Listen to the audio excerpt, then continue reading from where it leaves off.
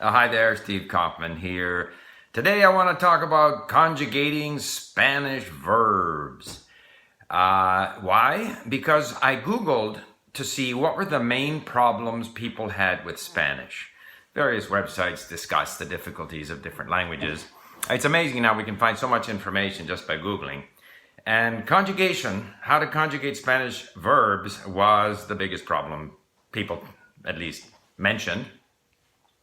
And then they talked about, ser and estar, por, para, words that in English seem to have the same meaning, but in Spanish there's two different words. And then they mentioned pronouns, they mentioned subjunctives, but conjugation seemed to be the biggest problem. And I guess there's two aspects to the conjugation of Spanish verbs. One is the concept. For an English speaker, the idea that the ending of a verb changes for each person and that the form changes for tense. We have some of that in English, but our verbs tend not to change, verb endings tend not to change according to the person. In Spanish they do, and that's a reason why in Spanish very often you don't have to provide the pronoun because the verb already tells you who is doing it. But the issue is not so much understanding that, accepting the fact that the verbs change. The issue is trying to remember the endings. All right.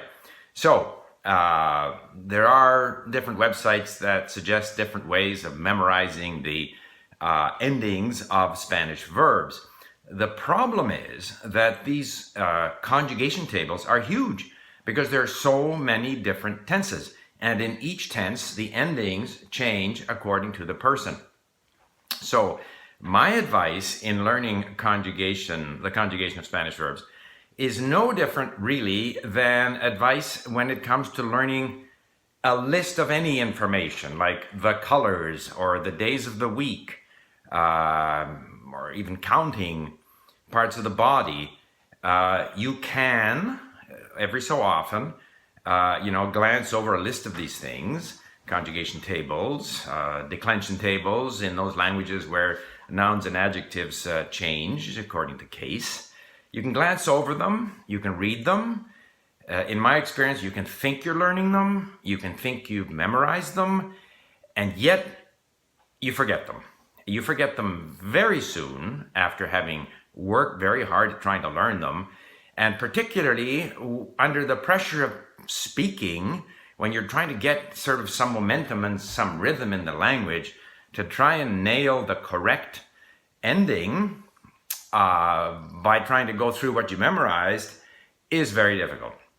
So what I suggest people do is that my feeling is you have to get used to the way the language is spoken. You have to get used to these endings so you start to produce them naturally. And the proof that, a lot of instruction doesn't help can be found in English. And so many non-native speakers who have had 10 years of English at school still say he do instead of he does. In other words, or maybe they get the he does, but then in some other situation, the third person singular, which in English takes the S, all of a sudden loses the S because they haven't developed enough of a habit of saying it correctly.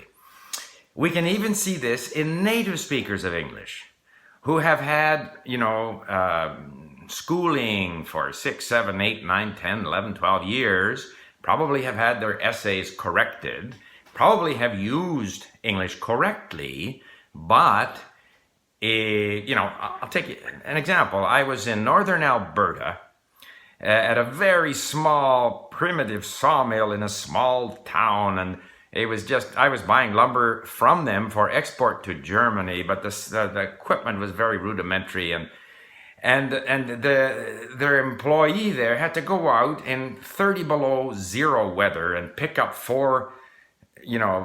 squares, 4x4 squares, pick them up and move them to another pile. And he did this all day long. And I said to the owner there, or maybe it was the guy supervising them, I said, how can you get those people to do that every day, all day, in 30 below zero weather? And the guy's reply was, he don't know no better. He don't know no better. This is a native speaker. Native speaker probably didn't have a lot of schooling, but while in school, probably he was taught how to say he doesn't. But why does he say he don't know no better? Because that's what he hears around him. That's what he's picked up on. That's why people today are starting to say, I would have went instead of I would have gone. I would have came instead of I would have come. So what we are surrounded with, what we hear all the time, what we read, if we read, this is what forms our language habits. So when it comes to Spanish conjugations, there is a tremendous dictionary. I mean, there are other dictionaries, but there are conjugating dictionaries. So when I'm on Link, for example, I looked up Spanish on Link, and people are going to get mad at me for mentioning Link, but that's where I learn languages. That's my language learning environment. And so I pick a verb, and I can choose context reverso conjugator. So if I do that, so if I see a verb, quiero, and then I go to context reverso, I see the meaning, but I see the full conjugation of that verb. So I go for the one that I am interested in, or it could have been something else in the future, querer, whatever it might be. I go and find it to confirm to my mind what that particular form of the verb is. In so doing, I kind of glance around the others, don't try to nail it down, and I go back to the text of what I'm reading. And I also listen to that. So the reference to the table, the reference to the conjugation table, is part of the process of acquisition. It has a minor role. I think we overestimate the degree to which we're able to retain what we acquire while reading the table, but it is sort of satisfying to read the table.